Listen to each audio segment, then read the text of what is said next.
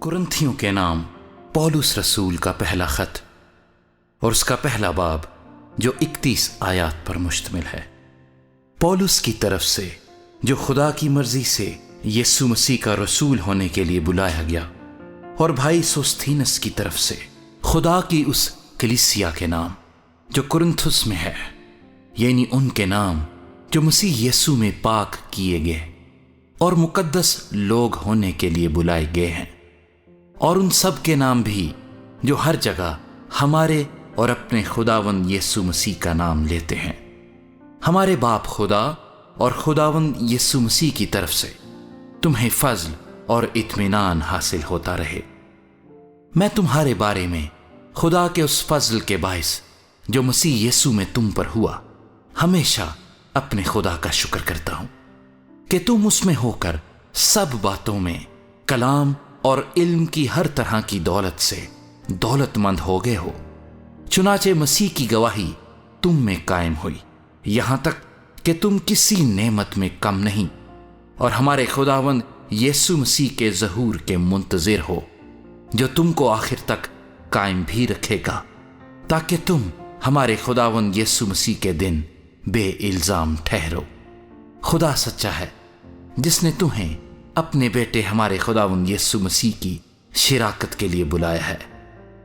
अब ए भाइयों, यीशु मसीह जो हमारा खुदावंद है, उसके नाम के वसीले से मैं तुमसे इल्तमास करता हूं कि सब एक ही बात कहो और तुम में तफरके ना हो, बल्कि बाहम यक दिल और यक राय होकर कामिल बने रहो। क्योंकि ए भाइयों, तुम्हारी निस्बत मुझे खलवे के घर वालों से मालूम हुआ कि तुम में झगड़े हो रहे हैं। मेरा यह मतलब है कि तुम में से कोई तो अपने आप को पौलुस का कहता है, कोई अपुल्लोस का, कोई कैफा का, कोई मसीह का। क्या मसीह बट गया? क्या पौलुस तुम्हारी खातिर मसलूब हुआ, या तुमने पौलुस के नाम पर बपतिस्मा लिया? खुदा का शुक्र करता हूं कि क्रिस्पस और गेयुस के सिवा मैंने तुम में से किसी को बपतिस्मा नहीं दिया, ताकि कोई ये ना कहे कि तुमने मेरे नाम पर बपतिस्मा लिया। हां, स्तिफनास के खानदान को भी मैंने बपतिस्मा दिया, बाकी नहीं जानता कि मैंने किसी और को बपतिस्मा दिया हो, क्योंकि मसीह ने मुझे बपतिस्मा देने को नहीं भेजा, बल्कि खुशखबरी सुनाने को, और वो भी कलाम की हिकमत से नहीं, ताकि मसीह की सलीब बेतासीर ना हो। क्योंकि सलीब का पैगाम हलाक होने वालों के नजदीक तो बेवकूफी है, मगर हम नजात पाने वालों के नजदीक खुदा की कुदरत है।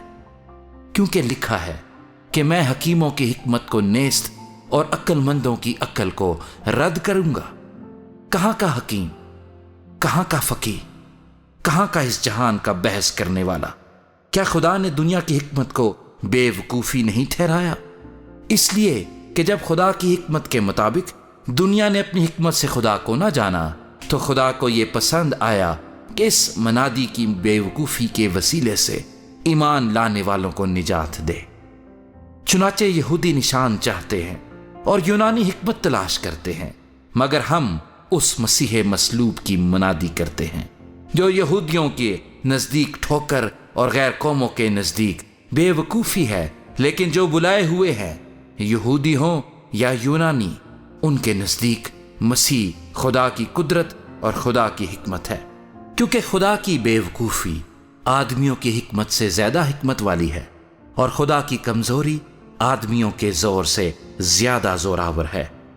ए भाइयों, अपने बुलाए जाने पर तो निगाह करो कि जिस्म के लिहाज से बहुत से हकीम, बहुत से इख्तियार वाले, बहुत से अशराफ नहीं बुलाए गए, बल्कि खुदा ने दुनिया के बेवकूफों को चुन लिया कि हकीमों को शर्मिंदा करे, और खुदा ने दुनिया के कमजोरों को चुन लिया कि जोर आवरों को शर्मिंदा करे, और खुदा ने दुनिया के कमीनों और हकीरों को, बल्कि बेवजूदों को चुन लिया कि मौजूदों को नेस्त करे, ताकि कोई बशर खुदा के सामने फख्र ना करे।